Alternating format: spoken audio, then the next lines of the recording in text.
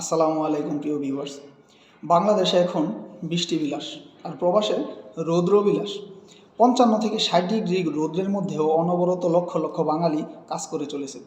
মনে আশা একটাই, হয়তো আমাদের এই পরিশ্রমের কারণে আমাদের স্বজনরা, আমাদের প্রিয়জনরা একটু সুখে, একটু শান্তিতে থাকবে। আমাদের এই ছোট ছোট আশাগুলো আমাদের দেশের একটা বড় আয়ের উৎস হিসাবে দাঁড়িয়ে যায়, যেটাকে আমরা রেমিটেন্স হিসাবে জানি।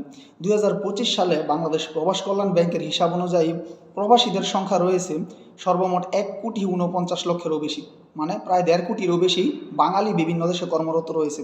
এবং গত ডিসেম্বর, অর্থাৎ 2024 সালের ডিসেম্বর মাসের শেষে হিসাব অনুযায়ী বাংলাদেশে ওই সময় সর্বমোট রেমিটেন্স ঢুকেছে $2.64 বিলিয়ন, অথবা বলতে পারেন $263,90,00,000-এরও বেশি।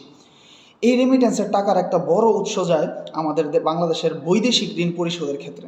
এই বৈদেশিক ঋণগুলা কিভাবে হয়েছিল? এই বৈদেশিক ঋণগুলা হয়েছিল বা হচ্ছে আমাদের দেশের উন্নয়নের কাজে।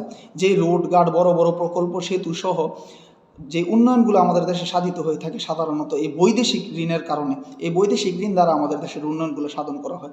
এখন এই যেই পরিমাণ বৈদেশিক ঋণ আমাদের বাংলাদেশ হয়েছে এই পর্যন্ত, ওই পরিমাণ উন্নয়ন আমাদের দেশে হয়েছে কিনা এটি একটি দেখার বিষয়। না, আসলে এটি হয়নি। কেন হয়নি সে উত্তর আমাদের কাছে। কেননা সরকার বিগত সময়গুলোতে যেই সরকারই থাক, সরকার তো অবশ্যই দুর্নীতি করেছে, কিন্তু দুর্নীতি করার পরেও একটা বিশাল অঙ্কের টাকা বিভিন্ন খাতে সরকার দিয়েছে। কিন্তু ওই সম্পূর্ণ টাকা কি ওই খাতে ব্যয় করা হয়েছে? না, হয়নি। কেননা দোষ আমাদের। এখন বলতে পারেন কিভাবে দোষ আমাদের? দোষ আমাদের এই কারণে, বিগত সময়গুলোতে যারা লুটপাট করে খেয়েছে, যারা অত্যাচারীদের দোষর ছিল, তারা কারা ছিল? তারা আপনার আমার প্রতিবেশী, আপনার আমার এলাকার, আপনার আমার জেলার লোকই ছিল। এবং তারা জুলুম করে খেয়েছে। যেখানে 10 কোটি টাকার প্রকল্প, সেখানে 9 কোটি খেয়ে 10 কোটি টাকার কাজ 1 কোটি টাকা দিয়ে হয়তো বা করেছে। কথার কথা বোঝার জন্য বললাম। এবং সেই লোক এগুলো কেন করতে পেরেছে? তাকে আমরাই নির্বাচিত করেছি। এখন আপনি বলতে পারেন যে আমরা তো নির্বাচিত করিনি, নির্বাচন তো হয়নি, তাহলে আমরা এর মধ্যে দোষারোপ হলাম কী করে? ভাই, উনি জুলুম করেছে, আমরা বাধা দিতে অক্ষম হয়েছি, সুতরাং দোষ আমাদেরই। আমরা শুরু থেকে যদি বাধা দিয়ে আসতাম, হয়তো বা শেষের এই কঠিন পরিণতি আমাদেরকে দেখতে হতো না আজকে। বিগত লম্বা একটা সময় আমাদের দেশ অনেক বড় একটা রোগে আক্রান্ত ছিল। আমরা ওই রোগটাকে ছেড়ে ফেলে দিতে সক্ষম হয়েছি, যেটা এখন আমাদের প্রতিবেশী দেশকে আক্রান্ত করতেছে ওখানে বসে বসে। এত লম্বা একটা সময় আমাদের দেশে এত বড় একটা রোগে আক্রান্ত ছিল, আমরা যে কোনো উপায়ে সেটাকে নির্মূল করতে সক্ষম হয়েছি।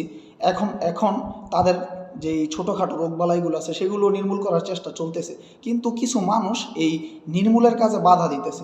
তারা ক্ষমতায় যাওয়ার, তার যেই কোনো দল হোক, যেই কোনো দলের লোক হোক, তারা ক্ষমতায় যাওয়ার জন্য আপ্রাণ প্রচেষ্টা চালাচ্ছে। এখন দলের যে বড় বড় নেতা বা মূল হোতা আছে, যে পদপ্রার্থীরা আছে, তারা নির্বাচন চায়, তারা দেশের ক্ষমতায় নিতে চায়, এটা মানা যায়। কিন্তু আপনি এলাকার সাধারণ মানুষ হয়ে আপনি কেন ক্ষমতা চাইতেছেন?